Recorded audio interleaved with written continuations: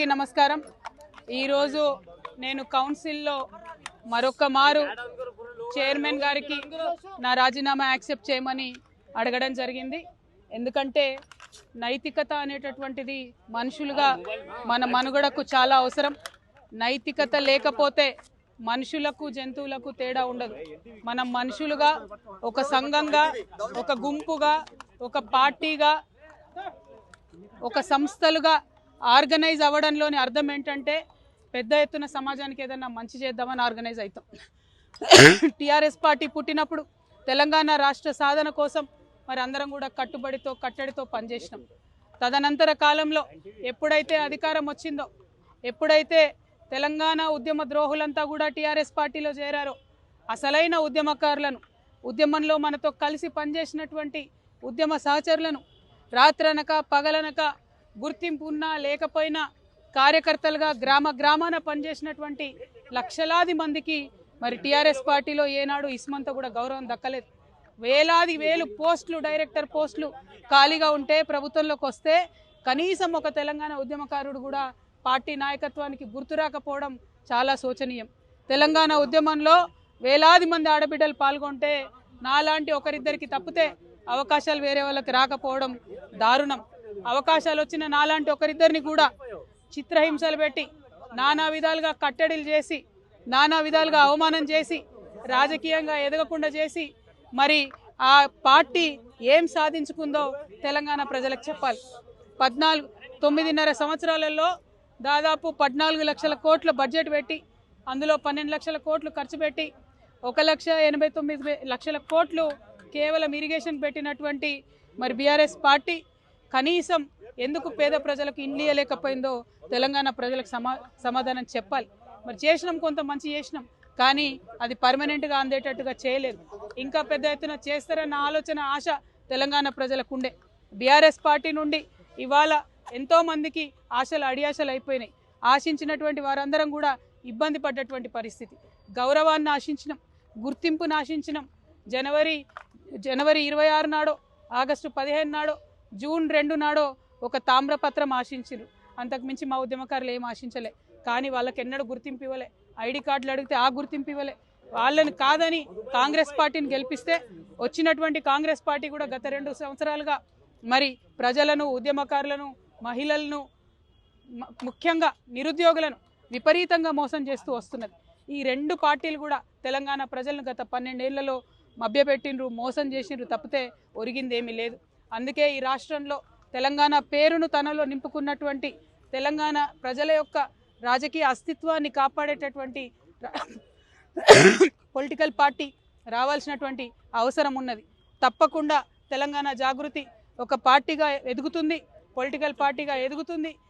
ఈ పార్టీ మరి తెలంగాణ ప్రజల పక్షాన నిలబడి పనిచేస్తుందని కూడా ఈ సందర్భంగా నేను తెలియజేస్తా ఉన్నాను। మరి పార్టీ ఎప్పుడు ఏంది విధి విధానాలు ఏందన్న అన్ని చిన్న సాంకేతిక అంశాలు, కానీ రాబోయే అసెంబ్లీ ఎన్నికలలో తెలంగాణ ప్రజల పక్షాన నిలబడి పోటీ చేయడానికి, నిలబడి వారి యొక్క హక్కుల్ని కాపాడడానికి, ప్రజల పక్షాన పనిచేయడానికి తెలంగాణ జాగృతి ఒక శక్తిగా ఖచ్చితంగా చట్టసభల్లో తిరిగి అడుగు పెడుతుందనే విషయాన్ని ఎటువంటి అనుమానం లేకుండా నేను ఇవాళ తెలియజేస్తా ఉన్నాను।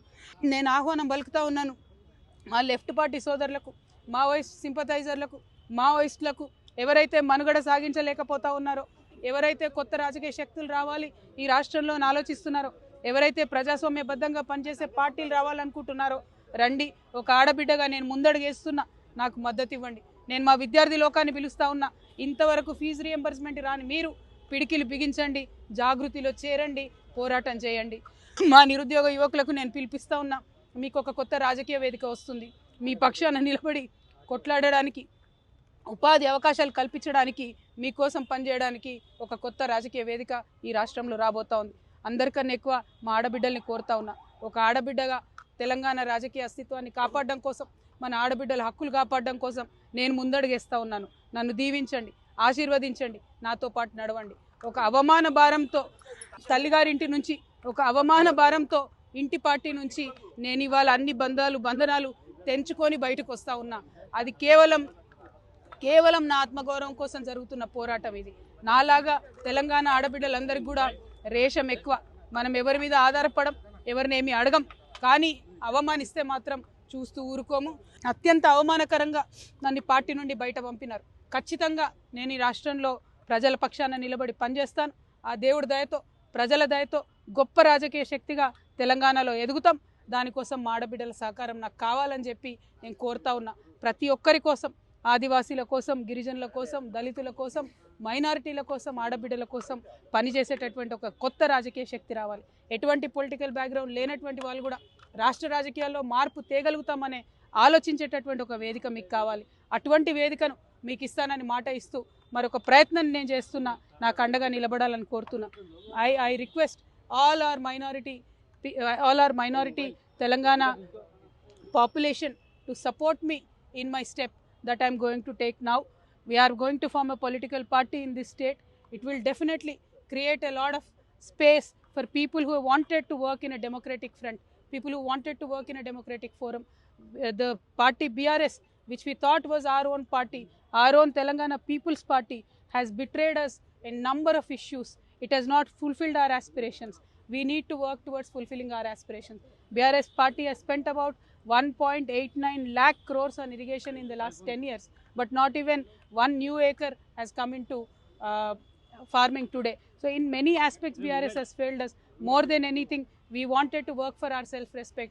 BRS has failed the people who have worked for the achievement of state.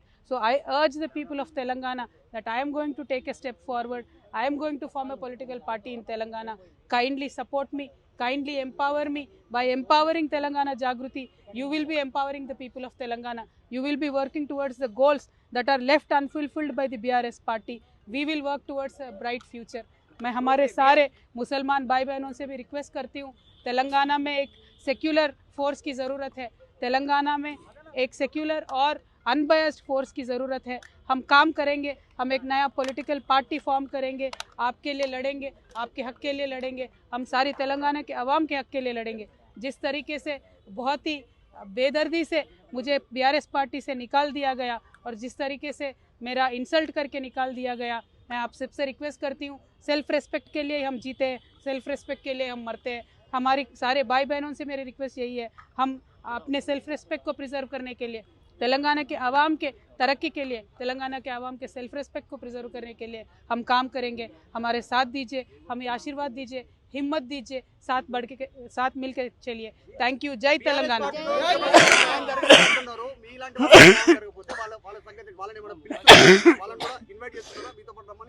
ఉద్యమకారులను నేను మొదటి రోజే రిక్వెస్ట్ చేశాను, మళ్ళీ కూడా రిక్వెస్ట్ చేస్తున్నాను. ఉద్యమకారుల హక్కు కోసం, ఉద్యమకారుల ఆత్మగౌరవం కోసం ఖచ్చితంగా పోరాటం చేయాల్సినటువంటి పార్టీల అవసరం తెలంగాణలో ఉన్నది. రేపటి నాడు తెలంగాణ జాగృతి ఆ పార్టీ ఆ యొక్క అవసరాన్ని పూరిస్తుంది, ఖచ్చితంగా పనిచేస్తుందని చెప్పి ఈ సందర్భంగా తెలియజేస్తూ ఉద్యమకారులను, అమరవీరుల కుటుంబాలను అందరినీ కూడా తెలంగాణ జాగృతిలోకి నేను ఆహ్వానిస్తా ఉన్నాను. Thank you. జై తెలంగాణ.